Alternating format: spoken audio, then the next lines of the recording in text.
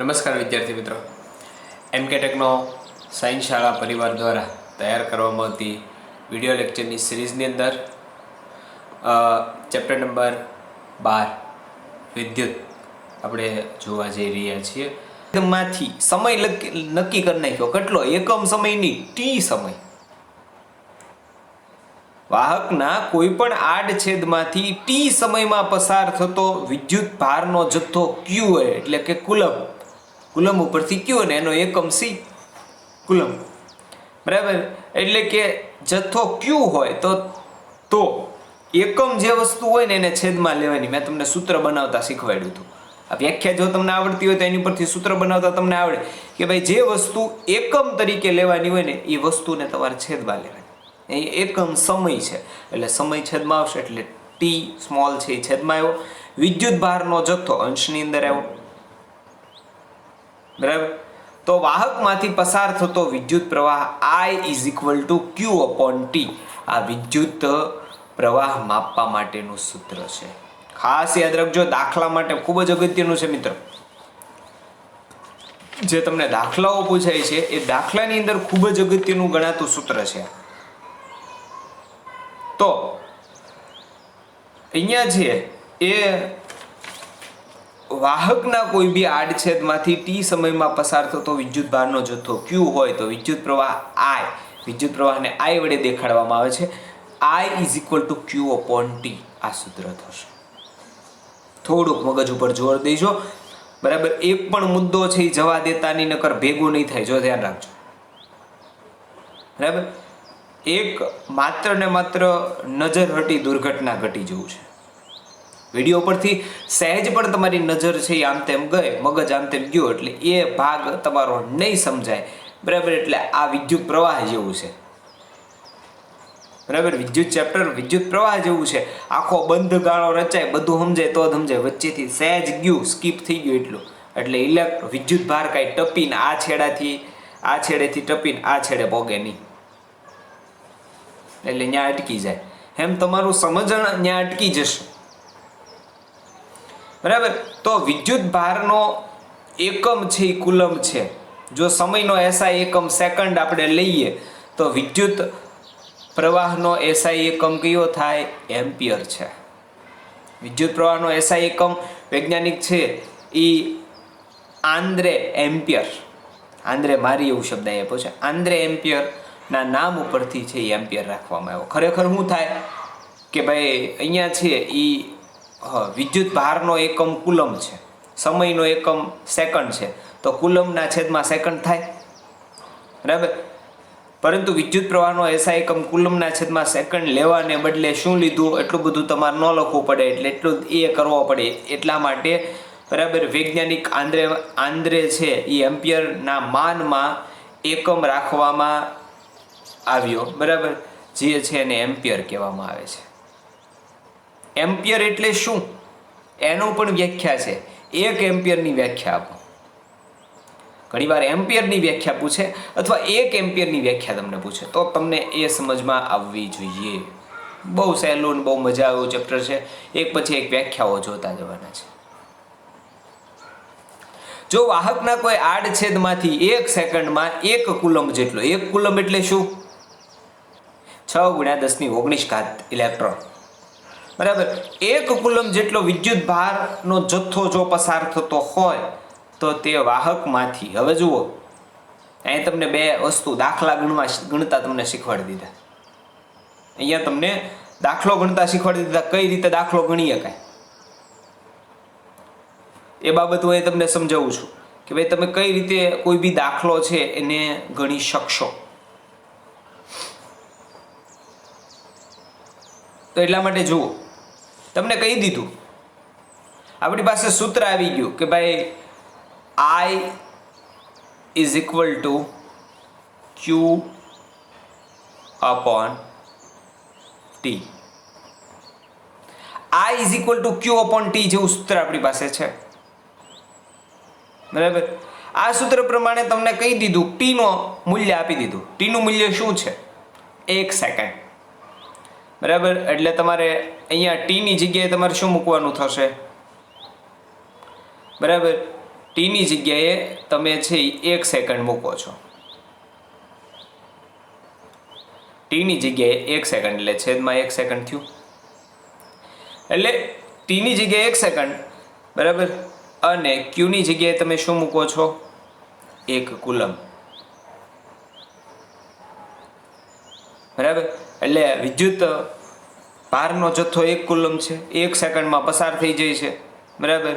તો અહીંયા તમને જો આપ્યું છે 1 કેન્સલ થઈ જાય, તમારો 1/1 બરાબર શું થાય? 1 જ થાય.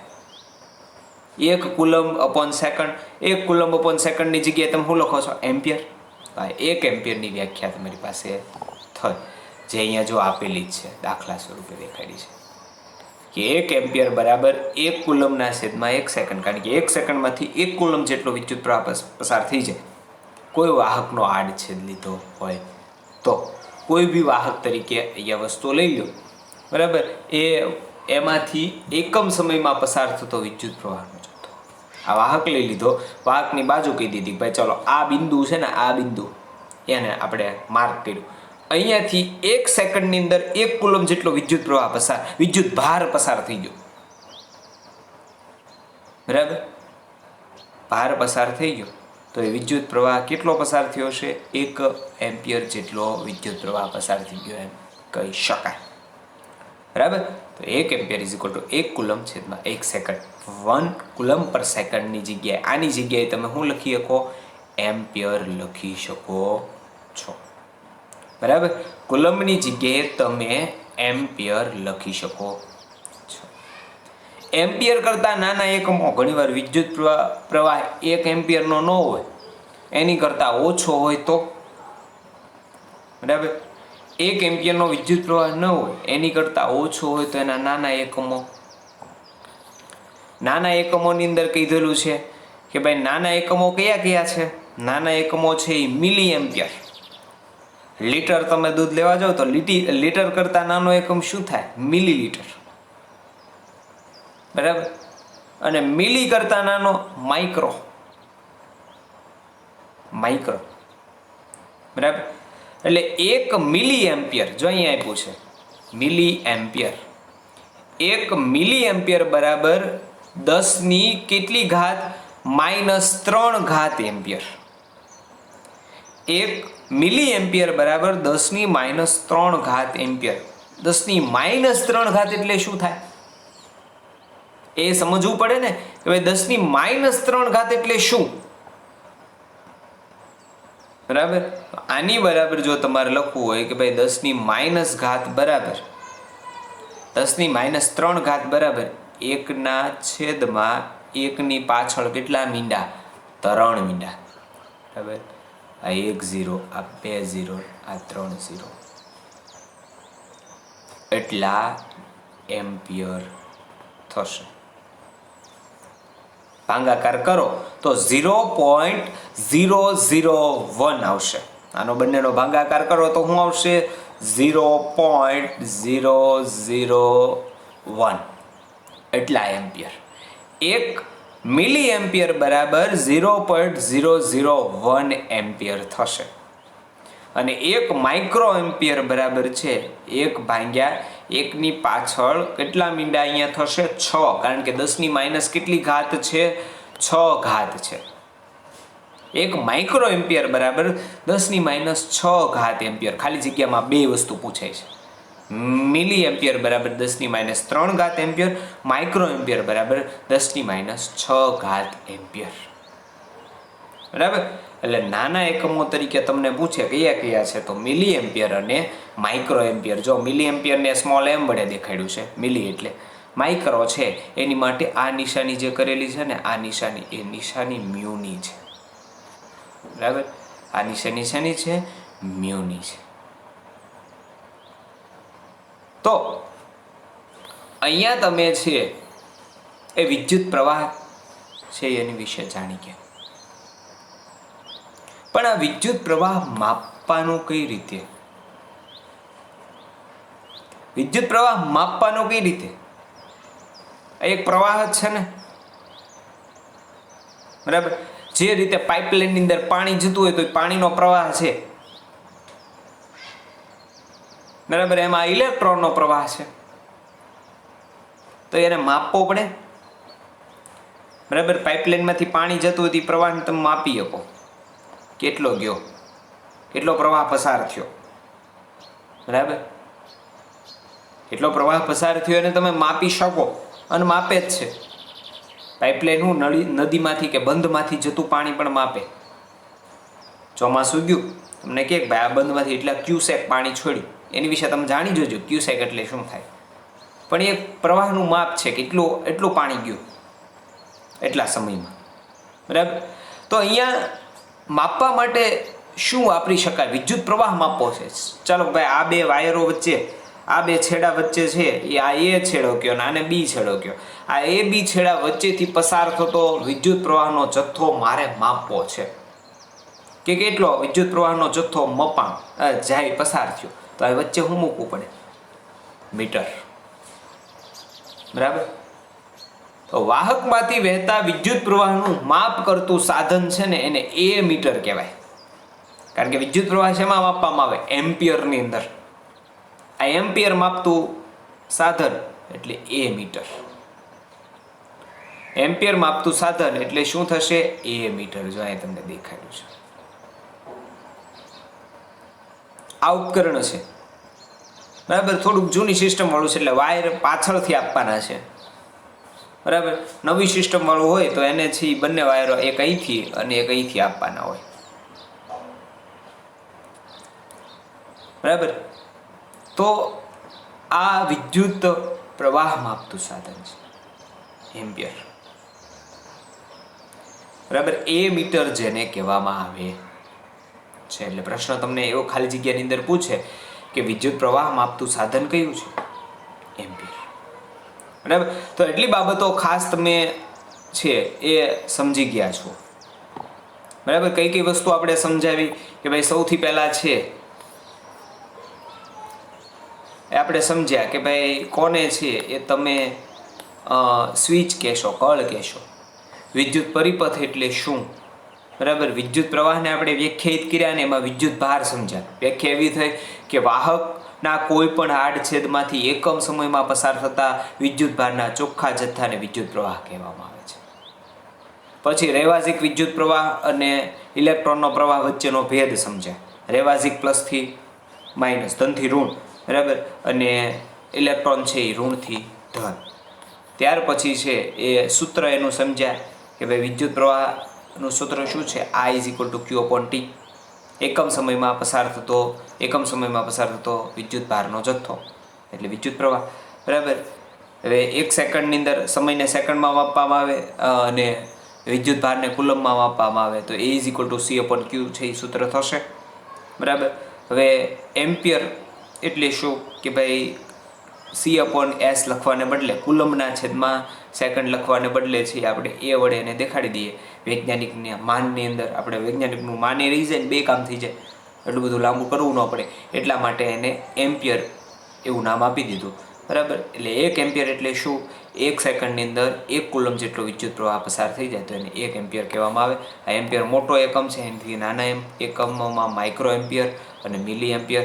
મિલી એમ્પિયર એટલે 10⁻³ એમ્પિયર અને માઇક્રો એટલે 10⁻6 એમ્પિયર થશે.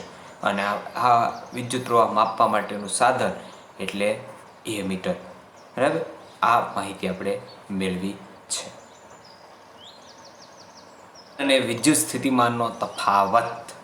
બરાબર, તો કંઈક આવી રીતે આની પ્રસ્તાવના છે એ પ્રસ્તાવિત બાંધી શકાય કે ભાઈ આપણે અગાઉ વિદ્યુત પ્રવાહની વાત કરી કે કોઈ એક છેડામાંથી એક વાહક તારમાંથી છે વિદ્યુત પ્રવાહ પસાર થાય. બરાબર, એક બાજુથી બીજી બાજુ જાય. બરાબર, એક આ છેડો છે, આ છેડાથી આ છેડા સુધી વિદ્યુત ભાર જાય, વિદ્યુત પ્રવાહ પસાર થાય. એટલે કીધું છે ધાતુના વાહક તારમાં ઇલેક્ટ્રોનના વહન માટે જવાબદાર ભૌતિક રાશિનું નામ આપો. એવો પ્રશ્ન છે. પ્રશ્ન ઉપરથી તમને આ મુદ્દો સમજવામાં બહુ તીવ્ર ઈચ્છા થશે કે ભાઈ અહીંથી ઇલેક્ટ્રોન આ છેડાથી, આ એક છેડા, બે છેડા જુઓ, આ છેડેથી લઈને ઇલેક્ટ્રોન આ છેડા સુધી શું કામ જાય? શા માટે જાય કે ભાઈ આ છેડામાંથી ઇલેક્ટ્રોન આ છેડા સુધી શું કામ જાય, એને કોઈ ઈચ્છા તો ન થાય અને કોઈ કારણ વગર કઈ ઇલેક્ટ્રોન પસાર ન થાય. તો એની માટેનું કારણ શું એવું જવાબદાર છે કે આ છેડે જેવો ઇલેક્ટ્રોન નાખો આ છેડે આવે? એટલે ધાતુના તારમાં ઇલેક્ટ્રોનના વહન માટે શું જવાબદાર છે? વિચારો. આમ ઢાળ તો નથી, પાણીની જેમ દળી જાય ઇલેક્ટ્રોન, આમ ઢાળ રાખી થાય. આ છેડો ઊંચો રાખું ને આ નીચો રાખું ને તો અહીંથી લઈને ઇલેક્ટ્રોન આ બાજુ વ્યાવા દળી જાય. એટલે એવું ન થાય. આ નીચો રાખું ને આ ઊંચો રાખું ને તો ઇલેક્ટ્રોન છે એક છેડે બીજા છેડે જાય. કાંઈથી આમ જાય અને ક્યાંયથી આમ જાય, બે બાજુ જાય. બરાબર. તો શું જવાબદાર છે? તો એની માટે જવાબદાર કોઈ ભૌતિક રાશિ હોય ને, બરાબર, એ છે વિદ્યુત સ્થિતિમાનનો તફાવત. આ પાછું નવું હોય. વિદ્યુત સ્થિતિમાનનો તફાવત અર્થાત વિદ્યુત દબાણનો તફાવત. વિદ્યુત દબાણનો તફાવત. એક બાજુ વિદ્યુત ભાર વધારે છે, એક બાજુ વિદ્યુત ભાર નથી. આ તફાવત. એટલે જોજો, હંમેશા કોઈ બી વાયરિંગની અંદર બે છેડાઓ હોય, એક પ્લસ હોય ને એક માઇનસ હોય.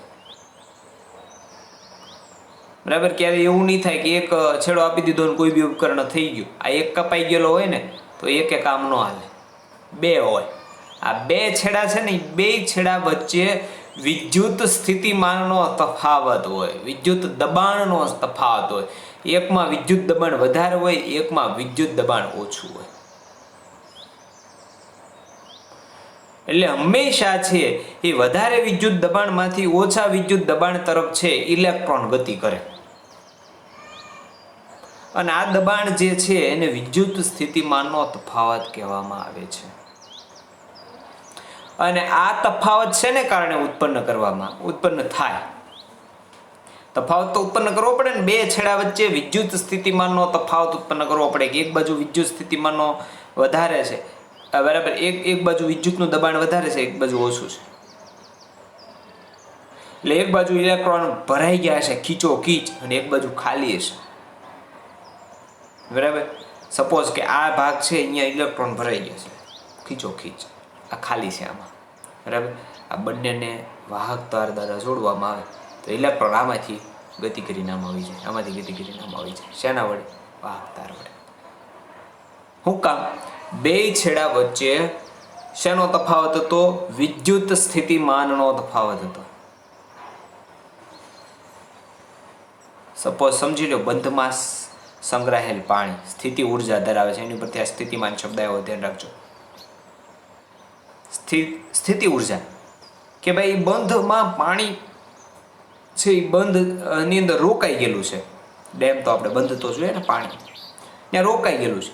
જેવો એનો દરવાજો ખુલ્લો એટલે પ્રેશરથી પાણી બહાર આવી જાય. શું કામ? બેમાં સપાટીનો તફાવત છે ને, ઓલી ઊંચી સપાટી છે, નીચી સપાટી છે, ઢાળ છે.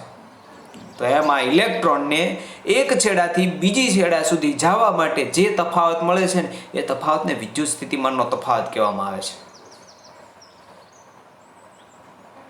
વિદ્યુત સ્થિતિમાનનો તફાવત કહેવામાં આવે છે.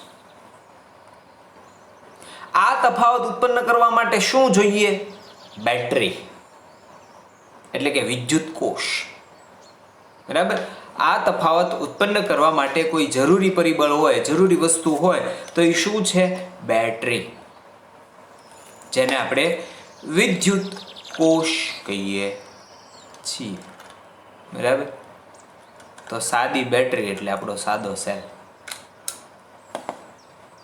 સાદી બેટરી એટલે આપણો સાદો સેલ, વિદ્યુત કોષ. બરાબર. જે શું કરશે? વિદ્યુત સ્થિતિમાનનો તફાવત ઉત્પન્ન કરશે. આ છેડા, બે છેડા વચ્ચે વિદ્યુત સ્થિતિમાનનો તફાવત છે.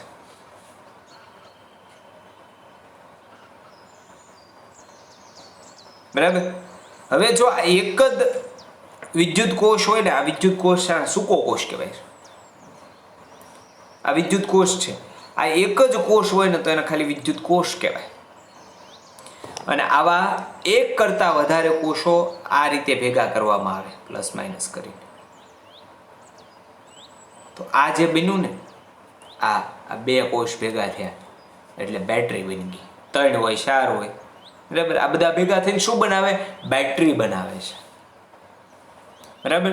સમય જતાં કોષનું જે કાંઈ સાઈઝ છે એ ધીમે ધીમે ઘટતી ગઈ. પછી આની પરથી ઓલો બટન જેવો સેલ આવ્યો અને અત્યારે મોબાઈલ બેટરી, એમાં કેટલા બધા કોષો, વિદ્યુત કોષો ગોઠવાયેલા હોય પણ બહુ સૂક્ષ્મ માઇક્રો ના.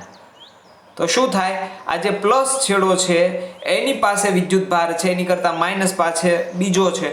તો આ રીતે અત્યારે આમાં વિદ્યુત પ્રવાહ પ્રવાહિત ન થાય. શું કામ? કારણ કે અહીંયા તફાવત આ છેડા અને આ છેડા વચ્ચે કોઈ તફાવત નથી. પણ જેવા હું 2 છેડાને જોડી દઉં ને એટલે આ 2 છેડા એક પ્લસ સાથે ને એક માઇનસ સાથે જોડાઈ ગયો તો આ બંનેમાં વિદ્યુત સ્થિતિમાનનો તફાવત હશે. આમનો રાવ દો તો સેલ ખાલી થાય. કારણ કે આ છેડામાંથી વિદ્યુત ઇલેક્ટ્રોન આ છેડા તરફ ગતિ કરે. શું કામ ગતિ કરે? એની બંને વચ્ચે દબાણનો તફાવત હોવાને કારણે. બરાબર. તો આ શું થયું? વિદ્યુત સ્થિતિમાનનો તફાવત. કોઈ વિદ્યુત કોષ વડે અથવા તો 2 કે તેથી વધુ વિદ્યુત કોષ દ્વારા બનતી બેટરી વડે છે એ તમે એને ઉત્પન્ન કરી શકો છો. બરાબર. તો આ વિદ્યુત સ્થિતિમાનનો તફાવત અલગ અલગ હોય. બરાબર. એની વ્યાખ્યા આપવી હોય તો શું આપી શકાય? વિદ્યુત સ્થિતિમાનના તફાવતની વ્યાખ્યા. પછી આગળ સમજીએ એનું સૂત્ર શું થાય. તો કીધું છે કોઈ વિદ્યુત પ્રવાહ ધારિત વિદ્યુત પરિપથમાં 2 બિંદુઓ વચ્ચે, આ 2 બિંદુઓ છે, 2 બિંદુ વચ્ચે વિદ્યુત સ્થિતિમાનનો તફાવત એટલે શું? 2 બિંદુ વચ્ચે વિદ્યુત સ્થિતિમાનનો તફાવત એટલે શું? એકમ ધન વિદ્યુત ભારને, બરાબર, જૂની વ્યાખ્યા છે એટલે નકર ઓલા ઋણ વિદ્યુત ભાર થાય કે ઇલેક્ટ્રોનને કારણે થતું હોય તો, પણ એમાં જવાની જરૂર નથી. 2 બિંદુ વચ્ચે વિદ્યુત સ્થિતિમાનનો તફાવત એટલે શું? આ કોઈ 2 બિંદુ લઈ લીધો, આ એ બિંદુ A કીધું, આ બિંદુ B કીધું. આ 2 બિંદુ છે એમાં એકમ ધન વિદ્યુત ભારને આ છેડાથી લઈ અને આ છેડા સુધી, આ બિંદુ A થી લઈ અને બિંદુ B સુધી લઈ જવા માટે કરવું પડતું કાર્ય એટલે વિદ્યુત સ્થિતિમાનનો તફાવત. કોઈ 2 બિંદુ વચ્ચે વિદ્યુત સ્થિતિમાનનો તફાવત એટલે શું? કે કોઈ પ્રવાહ આધારિત વિદ્યુત પરિપથમાં 2 બિંદુ વચ્ચે, બરાબર, કોઈ 2 બિંદુઓ વચ્ચે એક બિંદુમાંથી બીજા બિંદુ સુધી એકમ ધન વિદ્યુત ભારને લઈ જવા માટે કરવું પડતું કાર્ય. બરાબર.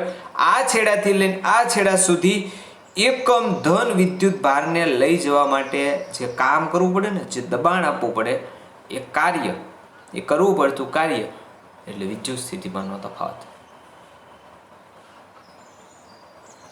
તો અહીંયા એકમ તરીકે શું શબ્દ આવ્યો? જો સૂત્ર આની પરથી બની જાય, વ્યાખ્યા જો તમને આવડતી હોય ને આ વ્યાખ્યા, તો એની પરથી સૂત્ર બને. એકમ શું આવ્યું? એકમ ધન વીજભાર. વીજભારને શું કહેવાય?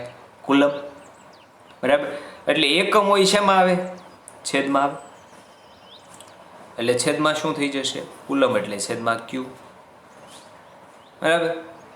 એક બિંદુથી બીજા બિંદુ સુધી લઈ જવું પડતું કાર્ય, કાર્યને ઇંગ્લિશની અંદર વર્ક કહેવાય.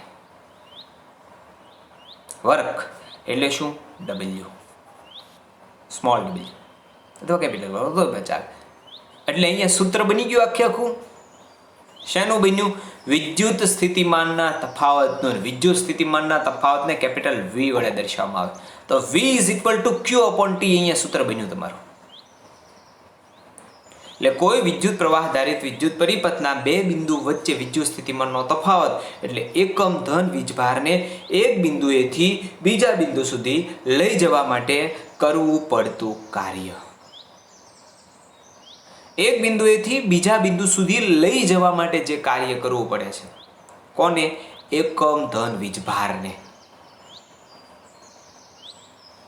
એ શું છે? વિદ્યુત સ્થિતિમાનનો તફાવત, જેને V વડે દર્શાવવામાં આવે છે. એટલે સૂત્ર જો અહીં કંઈક આવું છે, V ઇઝ ઇક્વલ ટુ કરેલું કાર્ય W અપોન વિદ્યુત ભાર કુલમ ક્યુબ. કેપિટલ આવે, અહીં સ્મોલ કરેલો છે. એટલે વિદ્યુત સ્થિતિમાનના તફાવતને આપણે વોલ્ટેજ તરીકે ઓળખીએ છીએ. વિદ્યુત સ્થિતિમાનના તફાવતને આપણે વોલ્ટેજ તરીકે ઓળખીએ છીએ. અને વોલ્ટેજ ઉપરથી V અહીંયા દેખાડવામાં આવે છે. વિદ્યુત સ્થિતિમાનનો તફાવતનો કંઈક એકમ થવો જોઈએ, તો આની ઉપરથી જ એકમ બને. જુઓ, સૂત્ર ઉપરથી એકમ બને ને. આપણે વિદ્યુત પ્રવાહમાં પણ એ જ કર્યું હતું. સૂત્ર ઉપરથી એકમ બનાવ્યો હતો. સૂત્ર ઉપરથી એકમ બનાવો, બરાબર. તો આ કાર્યનો એકમ શું થશે?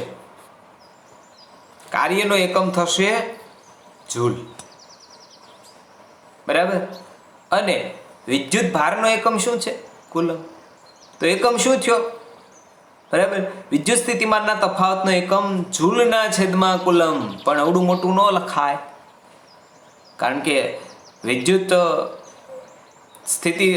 વિદ્યુત પ્રવાહની વ્યાખ્યા જેણે આપી, જેણે વિદ્યુત પ્રવાહની શોધ કરી, વૈજ્ઞાનિકના નામ ઉપરથી એનો એકમ એમ્પિયર રાખ્યો. તો વિદ્યુત સ્થિતિમાનના તફાવતની જેણે શોધ કરી હોય એ વૈજ્ઞાનિકને એના નામ ઉપરથી નો એકમ રાખો તો ખોટું લાગે ને, બરાબર. એટલા માટે છે એ વિદ્યુત સ્થિતિમાનના તફાવતના એકમને જૂલ પ્રતિ કુલમને બદલે શું લેવામાં આવે છે? વોલ્ટેજ V વડે દર્શાવવામાં આવે છે. વોલ્ટેજ V એટલે વિદ્યુત સ્થિતિમાનના તફાવતનો એકમને શું કહે છે? વોલ્ટ. વિદ્યુત સ્થિતિમાનના તફાવતનો એસા એકમ શું છે? વોલ્ટ. 1 વોલ્ટ બરાબર 1 જૂલ 1 કુલમ. જો 1 કુલમ જેટલા વિદ્યુત ભારને કોઈ વાહક તારના એક છેડાથી બીજા છેડા સુધી લઈ જવા માટે કરવું પડતું કાર્ય 1 જૂલ જેટલું હોય, તો વિદ્યુત સ્થિતિમાનનો તફાવત કેટલો હોય? 1 વોલ્ટ. બરાબર. કોઈ બી બેટરી તમારી પાસે વિદ્યુત કોષ હોય ને, બરાબર, આ વિદ્યુત કોષની અંદર વિદ્યુત સ્થિતિમાનનો તફાવત ફિક્સ હોય, બરાબર. વિદ્યુત સ્થિતિમાનનો તફાવત ફિક્સ હોય. આ બેટરીની અંદર વિદ્યુત સ્થિતિમાનનો તફાવત છે આપ્યો છે 1.5 વોલ્ટ. હવે કોઈ રિમોટ ચલાવવા માટે મારે 3 વોલ્ટનો પાવર જોતો હોય, 3 વોલ્ટ વિદ્યુત સ્થિતિમાનનો તફાવત જોતો હોય, તો આવી 2 બેટરી ભેગી કરવી પડે. 1.3 એટલે 3 વોલ્ટ થઈ ગયું. બીનો સરવાળો કરીએ તો એટલે 2 બેટરી છે એનો ઉપયોગ રિમોટની અંદર થાય. ઘણીવાર રમકડું બહુ મોટું હોય તો એમાં 3 સેલ આવે. આ 1.5 વોલ્ટનો છે, 1.5 વોલ્ટ.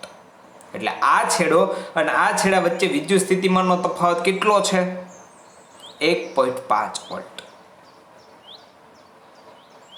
બરાબર. થોડુંક ડીપમાં જાઓ, આમાં અહીંયા પ્રેશર પડશે કે ભાઈ આ છેડાથી આ છેડા સુધી વિદ્યુત ભાર 1 કુલમ જેટલા વિદ્યુત ભારને લઈ જવા માટે કેટલા જૂલ કાર્ય કરવું પડે?